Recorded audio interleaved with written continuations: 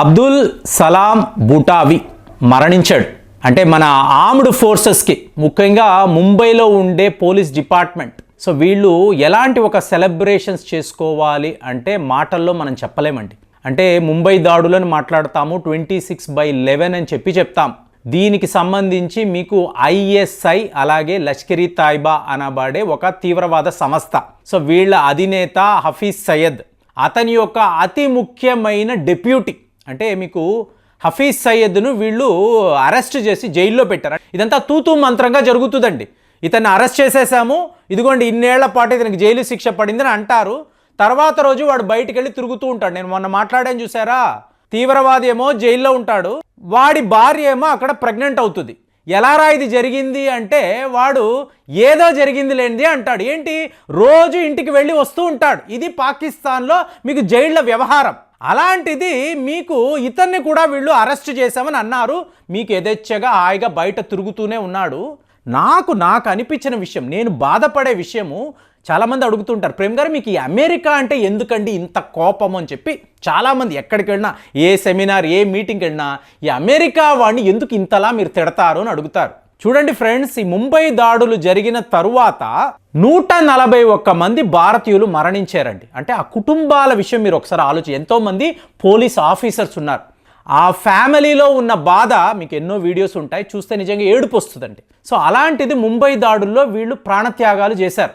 256 మంది గాయాల పాలయ్యారు. ఇవాళ కూడా చేతులు లేని వాళ్ళు, కాళ్ళు లేని వాళ్ళు, గుడ్డి వాళ్ళుగా మిగిలిపోయిన వాళ్ళు ఉన్నారు.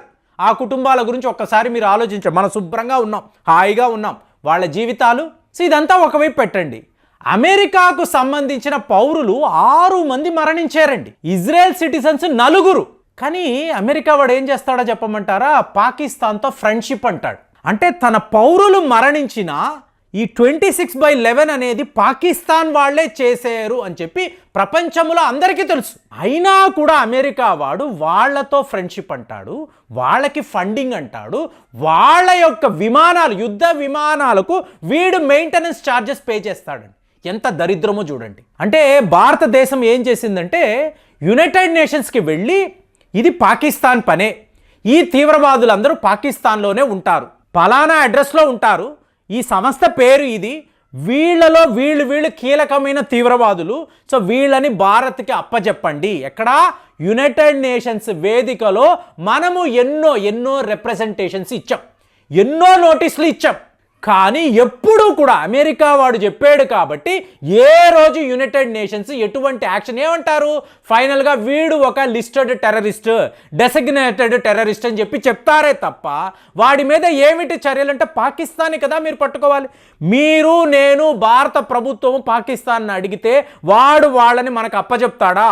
కానీ అది అమెరికా చెప్పింది అనుకోండి, అమెరికా యొక్క బానిస, అమెరికా యొక్క కుక్క పాకిస్తాన్. సో చచ్చినట్టు వీడు వాళ్ళకి అప్పచెప్పాలి. కానీ ఏ రోజు కూడా అమెరికా వాడు ఒరే నేను మా FBI మా CIA వాళ్ళు పాకిస్తాన్ వస్తారు, వీళ్ళు ఎక్కడ ఉన్నారో మాకు చూపించు, మేము వీళ్ళని స్పెషల్ విమానంలో అమెరికా తీసుకువెళ్తాము, తరువాత భారత్కి అప్పచెప్తాము, ఏ ఒక రోజైనా అమెరికా వాడు అన్నాడా? అలాంటి ఒక దరిద్రమైన ఒక ఫారిన్ పాలసీ అమెరికా వాడిది. సో దాంతో మనము 2013 తరువాత, ఇంకా నా వరకైతే ఇది చాలా లేట్ అయిందండి. అజిత్ దోవెల్ గారు బిగినింగ్ నుంచే ఇదే మాట్లాడి ఉంటాడు. కానీ ఎందుకులే అంటే మీకు చెప్పాను కదండి, మన స్ట్రాటజీ ఎలా ఉండాలంటే మీరు చాలా పవర్ఫుల్గా తయారవ్వాలి. అంటే మీ మాటకు తిరుగు ఉండకూడదు. అలాంటి ఒక సిచ్యువేషన్ని ఇవాళ భారత్ క్రియేట్ చేసుకుంది, మోదీ గారు క్రియేట్ చేయగలిగాడు. సో ఇవాళ మనం ఏం చేస్తున్నాము, వీళ్ళందరూ కాదు, ఈ యునైటెడ్ నేషన్స్ కాదు, యునైటెడ్ నేషన్స్ సెక్యూరిటీ కౌన్సిల్ కాదు, ఈ అమెరికా, నాటో ఎవ్వడు వద్దు. మనము మన చేతుల్లోకి ఇష్యూని తీసుకుందాం, మనము ఏం చెయ్యాలో చేసి చూపిద్దాం. ఇది మనం తీసుకున్న నిర్ణయం. వరుసగా లాస్ట్ ఇయర్ 2023 నుంచి మీరు చూసారనుకోండి, ఒక్కొక్క వికెట్ పడిపోతూనే ఉంది.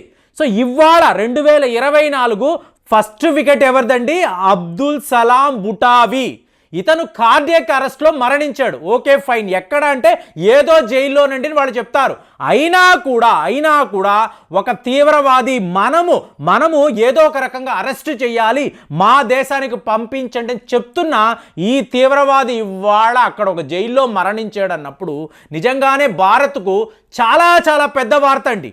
మీకు ఏ లెవెల్లో అయ్యిందంటే మన మిత్రదేశం ఫ్రాన్స్ వాళ్ళు ఫైనాన్షియల్ యాక్షన్ టాస్క్ ఫోర్స్ పేరు మీద, అంటే ఈ అబ్దుల్ సలాం అని అంటున్నాను చూసారా, ఇతను సోవియట్ యూనియన్ కాలం అండి. సోవియట్ యూనియన్ వాళ్ళు మీకు ఆఫ్ఘనిస్తాన్ మీద దాడులు చేసినప్పుడు ఆ రిక్రూట్మెంట్స్ ఉంటాయి చూసారా, మీకు ఐడియాలజీని చెప్పడం, అసలు వీళ్ళు మన మీదకి ఎందుకు వస్తున్నారు, మనం ఎలా జిహాద్ చేయాలని చెప్పి మీకు ఉద్యోగాలు లేని కుర్రవాళ్లను బ్రెయిన్ వాష్ చేసి వీళ్ళు ఆ రోజుల్లో జిహాద్ పేరు మీద సోవియట్ యూనియన్ పైకి పంపించారు. దీనికంతా ఫండింగ్ ఇచ్చింది, ఆయుధాలు ఇచ్చింది, వీళ్ళకు ట్రైనింగ్ క్యాంపులు ఏర్పాటు చేసింది ఎవడు? అమెరికా వాడు. అంటే అసలు సిసలైన తీవ్రవాది ఎవడు అర్థమయ్యే ఉంటుంది. అలాంటిది అబ్దుల్ సలాం బుటావి లాంటి వాళ్ళు ఇలా యువకులను తీసుకురావడము, వాళ్ళని బ్రెయిన్ వాష్ చేయడము. సో మన ఐడియాలజీ ఇది. దీనికి సంబంధించి ఇండియా మీద, జమ్మూ అండ్ కాశ్మీర్ మీద ఇలాంటి దాడులు చేయాలని ఒక ప్లానింగ్ ఇచ్చి, వాళ్ళకి డబ్బు ఇచ్చి, ఆయుధాలు ఇచ్చి వీళ్ళు జమ్మూ అండ్ కాశ్మీర్ పంపిస్తారు. ఇక్కడ విచిత్రం ఏంటో చెప్పమంటారా, ఇలాంటి అంటే వీళ్ళను మత పెద్దలను అనకూడదండి. ఎందుకంటే వీళ్ళు యువతను తప్పుదోవ పట్టిస్తున్నారు.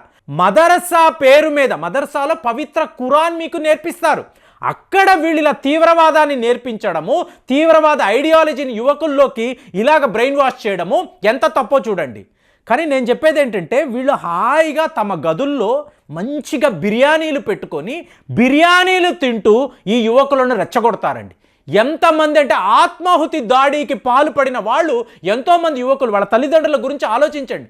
ఏదో కుర్రాడు వెళ్ళాడు, మదరసాకి వెళ్ళాడు, ఏదో చదువుకుంటున్నాడు అంటారు, సడన్గా వాడిలాగా ఆత్మాహుతి దాడిలో ఇలా మరణించాడు అన్నప్పుడు ఆ తల్లిదండ్రుల పరిస్థితి ఎలా ఉంటుందో చూడండి. ఇదే వీళ్ళు చేస్తున్న పనులు. నేను అనేది ఈ సోకాల్డ్ ఈ తీవ్రవాదులు ఒక్కడైనా మీకు ఇలాంటి ఆత్మాహుతి దాడులు చేసుకున్నాడా?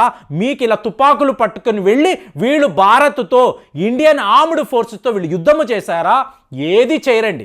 ఇది ఎంత దారుణంగా ఉంటుందంటే స్కూల్కి వెళ్ళే పిల్లాడు, వాడు 8వ క్లాసో 9వ క్లాసో 14 ఏళ్ల పిల్లాడు ఉంటాడు, వాడికి బకెట్లో ఇన్నిన్ని రాళ్ళు ఇచ్చి ఒరే నువ్వు తీసుకువెళ్ళి ఇండియన్ ఆర్మీ మీద విసిరితే నీకు చాక్లెట్లు కొనిస్తాము, ఐస్ క్రీమ్లు కొనిస్తాము అంటే వాడికి ఏం జరుగుతుందో తెలియక బకెట్లో ఉన్న రాళ్ళన్నీ విసురుతాడు. దీన్నే మనం స్టోల్ పెల్టింగ్ అంటాం.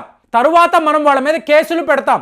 నీ పిల్లవాడిని నువ్వు కట్టడి చేయలేదు కదా, కాబట్టి మీకు ఈ గవర్నమెంట్ ఉద్యోగాలు ఉండవు, మాకు సంబంధించిన ఏ ప్రాజెక్ట్లో మీరు ఉండరని చెప్పి ఇవాళ మనం వీళ్ళని బెదిరిస్తున్నాం. స్కూల్ పిల్లాడండి, వాడికేం తెలుస్తుంది? ఎవరైనా కాల్పులు జరిపారు, వాడు చచ్చిపోతే స్కూల్కి వెళ్ళిన వాడు ఇలా అయ్యాడంటే ఎలా ఉంటుందండి? సో అలాంటప్పుడు ఇలాంటి అబ్దుల్ సలాం బుటావి లాంటి వాళ్ళు మరణిస్తే, ఒక వ్యక్తి మరణిస్తే ఎవరు సంతోషించకూడదని చెప్పి మనమైతే నమ్ముతాం. కానీ ఇలాంటి వీళ్ళందరూ నరరూప రాక్షసులు. కాబట్టి వీళ్ళు మరణిస్తున్నారు అన్నప్పుడు ఖచ్చితంగా చాలా పెద్ద లెవెల్లో సెలబ్రేషన్స్ ఉండాలి. మనము ఎన్నో వేదికల్లో వీళ్ళని మాకు అప్పచెప్పండి అంటే ఏ ఒక దేశము చేయలేదు. మనకి మనంగా రంగంలోకి దిగిన తరువాత ఇలా ఒకళ్ళు తర్వాత ఒకళ్ళు ఇలా లేచిపోవడము, వీళ్ళు పైలోకానికి వెళ్ళిపోవడము, ఖచ్చితంగా ఇది గుడ్ న్యూస్ అండి. చాలా గొప్ప వార్త. భారతీయులు, భారతదేశానికి సంబంధించిన armed forces, Mumbai police department వాళ్ళకి సంబంధించిన ఫ్యామిలీస్ చాలా పెద్ద లెవెల్లో సెలబ్రేషన్స్ చేసుకోవాలి. కరెక్ట్గా ఈ పండుగ సీజన్లో ఇలాంటి వార్తలు వచ్చినప్పుడు నిజంగానే మనకు చాలా బాగా అనిపిస్తుంది. మరి మీ ఫీలింగ్స్ ఎలా ఉన్నాయి? ఇలాంటి ఒక కరుడు గట్టిన తీవ్రవాది మొన్న ఇలా కార్డియాక్ అరెస్ట్లో మరణించాడంటే మనం ఏం చేయలేదు, వాడికి వాడే పోయాడు. కానీ ఇది గొప్ప వార్త అంటారా? లేదండి మనము కూడా కొద్దిగా బాధపడదాం మీరేమైనా అనుకుంటున్నారా? అనుకుంటే కారణాలు ఏమిటి ఒక్కసారి కామెంట్స్లో తెలియజేయండి. మళ్ళీ వచ్చే వీడియోలో కలుద్దాం. జై హింద్.